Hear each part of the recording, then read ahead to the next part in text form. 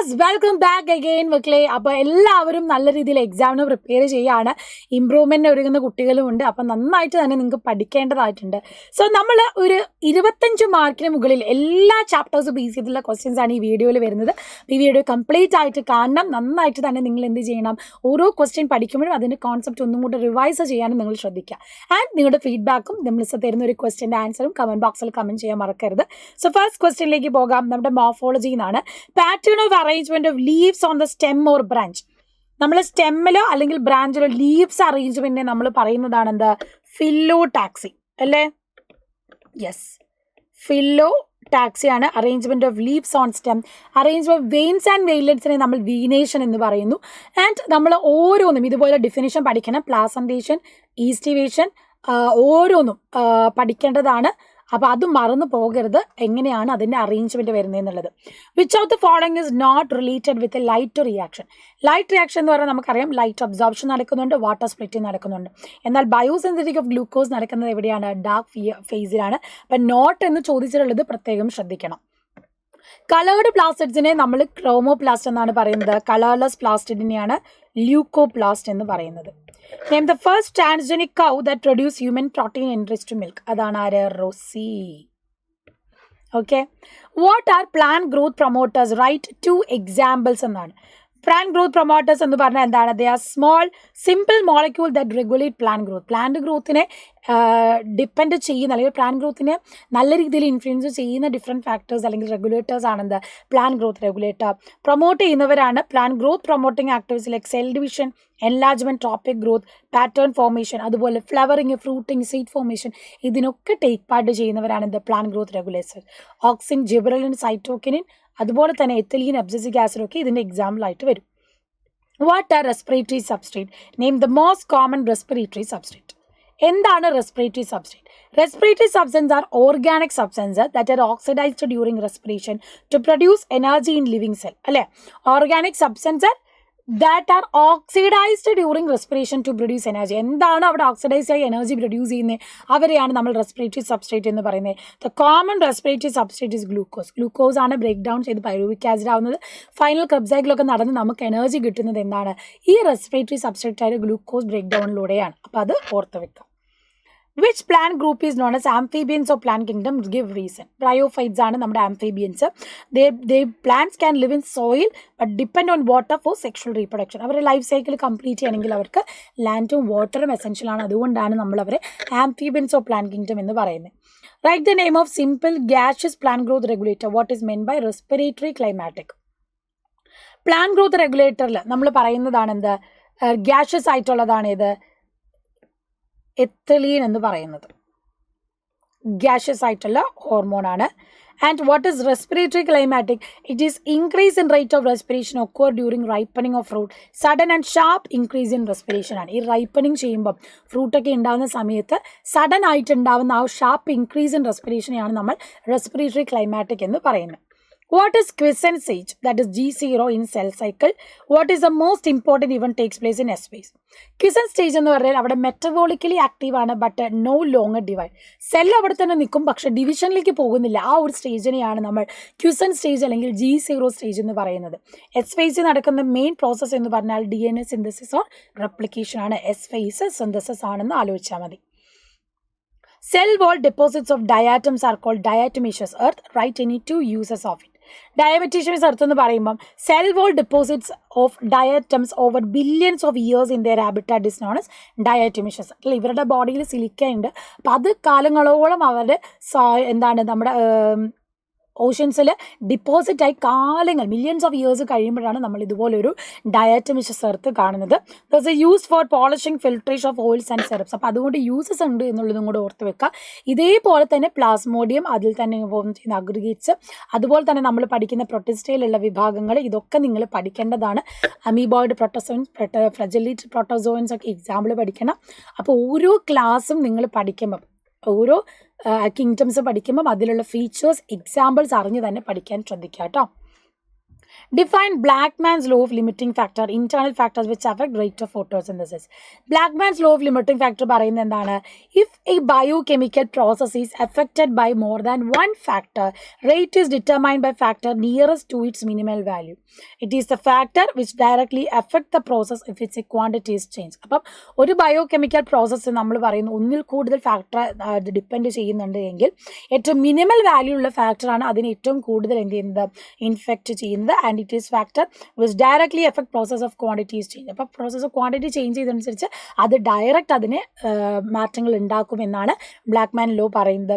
Plant with green leaf optimal light CO2 may not photosynthesis in very low temperature. Optimal temperature is given it will start photosynthesis. അപ്പോൾ പല factor ഉണ്ടെങ്കിൽ അതിന് minimal value ആണ് അതിനെ കൂടുതൽ effect ചെയ്യുന്നതെന്നാണ് Blackman law പറയുന്നത്.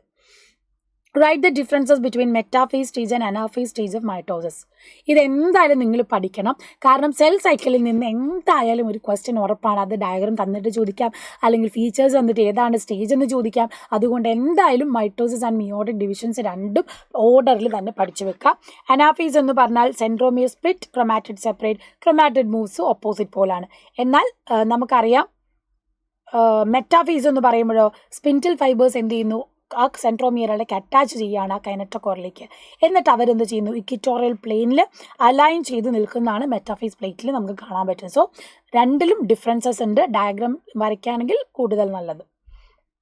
Some anatomical features of stem and root are given below. Arrange them in appropriate column.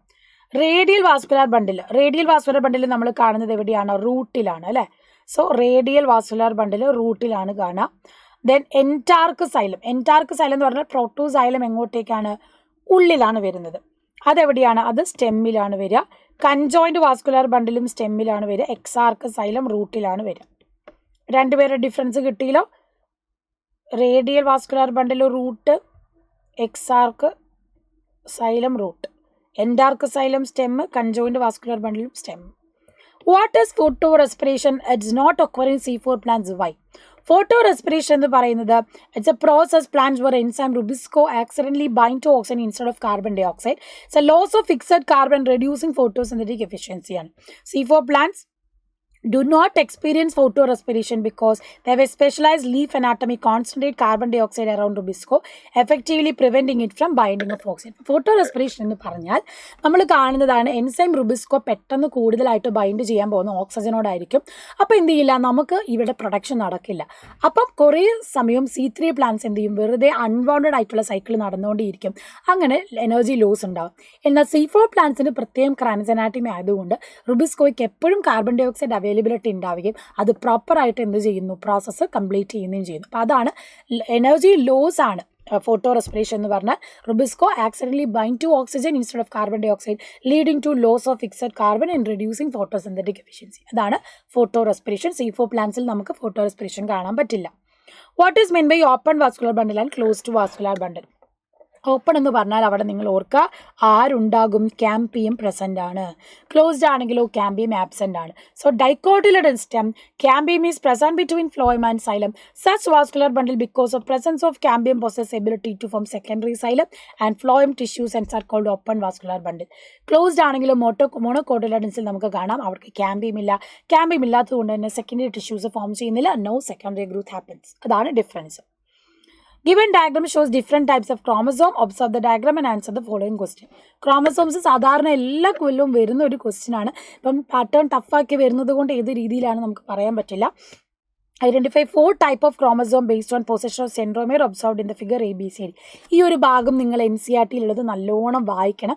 ഈ ഒരു ക്വസ്റ്റ്യൻ റിലേറ്റ് ചെയ്ത് വേണമെങ്കിൽ കുറച്ച് ഉള്ളിൽ നിന്നും ക്വസ്റ്റ്യൻസ് വരാം. അതുകൊണ്ട് ആ പോർഷൻ NCERT ടെക്സ്റ്റ് നല്ലോണം വായിച്ചിട്ട് പോവുക. 1 മാർക്കിനും ചിലപ്പോൾ ഉള്ളിൽ നിന്ന് ചോദിക്കാം. So metacentric chromosome, acrocentric chromosome, metacentric, B submetacentric, C acrocentric and D celocentric. Satellite എന്ന് പറയുന്നത് എന്താണ്? അത് നിങ്ങൾ കമൻറ്റ് ബോക്സിൽ കമൻറ്റ് ചെയ്യുക. What is satellite? What is meant by respiratory quotient? How much is respiratory quotient of carbohydrate which are used as substrate?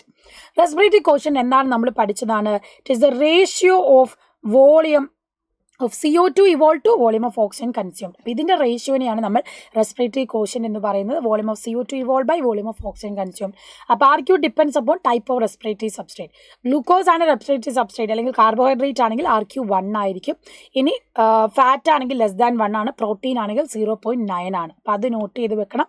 ചിലപ്പം ഇതായിരിക്കും ചോദ്യം വരിക. ഫാറ്റ് <1 ആണ്, പ്രോട്ടീൻ 0.9 ആണ്. അപ്പം അതും കൂടെ ഓർത്ത് വെച്ചോളാം. ക്ലിയർ? റെസ്പിറേറ്ററി കോഷ്യന് കാണുന്ന ഇക്വേഷൻ മനസ്സിലാക്കണം. Observe the given diagram, answer the question. What does placenta? Morphology anatomy എന്ന് ക്വസ്റ്റ്യൻസ് നിങ്ങൾ എന്തായാലും എക്സ്പെക്ട് ചെയ്യണം. എക്സാമ്പിൾസ് പഠിക്കാൻ ശ്രദ്ധിക്കുക. Write the type of placentation observed in figure 1, 2, 3 and 4. Placentation എന്ന് പറയുന്നത് arrangement of ovules in the ovary or പ്ലാസൻ്റെയാണ് അല്ലേ. അതാണെന്ത് നമ്മളെ പ്ലാസൻറ്റേഷൻ. ഒന്നാമത്തേത് മാർജിനൽ പ്ലാസൻറ്റേഷൻ, നമ്മൾ പിയിൽ കാണുന്നത്. രണ്ടാമത്തേത് ആക്സൈൽ, മൂന്നാമത്തേത് പെരൈറ്റൽ, ആൻഡ് ഫോർത്ത് വൺ എന്താണ്? ഫ്രീ സെൻട്രൽ ആണ്. അപ്പം മാർജിനൽ, ആക്സൈൽ ഏതാണ് പ്ലാസൻറ്റേഷൻ എന്ന് മനസ്സിലാക്കാം. Sum of light reaction, dark reaction, photosynthesis given below. Biosynthetic phase dark phase ആണ്. Photo chemical phase light reaction ആണ്. ATP NADPH യൂസ് ചെയ്യുന്നത് യൂട്ടിലൈസ് ചെയ്യുന്ന ഡാർക്ക് റിയാക്ഷനിലാണ്. Takes place in stroma dark reaction ആണ്. ATP NADPH produce ചെയ്യുന്ന light reaction ആണ്. ഗ്രാനയിൽ നടക്കുന്നത് ലൈറ്റ് റിയാക്ഷൻ ആണ്. ഓക്കെ, അപ്പം ലൈറ്റ് റിയാക്ഷൻ സ്പെസിഫിക് ആയിട്ട് പഠിക്കണം. നിങ്ങൾ ഏറ്റവും കൂടുതൽ ഫോക്കസ് കൊടുക്കേണ്ട ചാപ്റ്ററാണ് ഫോട്ടോസിന്തസിസ്, റെസ്പിറേഷന്, മോർഫോളജി, അതുപോലെ തന്നെ അനാട്ടമി ആൻഡ് സെൽ സൈക്കിൾ. അപ്പോൾ ഇതിൽ നിന്ന് കൂടുതൽ വെയിറ്റേജിന് ക്വസ്റ്റ്യൻസ് വരും. ഏകദേശം ഈ പറഞ്ഞ ടോപ്പിക്ക് റിലേറ്റ് ചെയ്ത് കോൺസെപ്റ്റ് നന്നായിട്ട് വായിക്കുക. NCERT ടെക്സ്റ്റ് ഒന്നും കൂടെ വായിക്കുക. കാരണം പാറ്റേൺ ക്വസ്റ്റ്യൻസ് നല്ലോണം കടുപ്പത്തിൽ വരുന്നത് കൊണ്ട് നിങ്ങൾ ഇൻഡയറക്റ്റ് ആയിട്ട് തന്നെ ക്വസ്റ്റ്യൻസ് പ്രതീക്ഷിക്കണം. ഞാൻ വീണ്ടും പറയുന്നു, പ്രീവിയസ് ഇയർ ക്വസ്റ്റ്യൻ അനലൈസ് ചെയ്ത് നമ്മൾ ഈ ഒരു പാറ്റേൺ ആണ് പറഞ്ഞു തരുന്നത്. അതിൽ നിന്ന് മാറി വരുമ്പോൾ നിങ്ങൾ എന്ത് ചെയ്യണം? കോൺസെപ്റ്റ് ആണ് നന്നായിട്ട് പഠിക്കേണ്ടത്. ഓക്കെ, അപ്പോൾ ഓൾ ദ വെരി ബെസ്റ്റ്.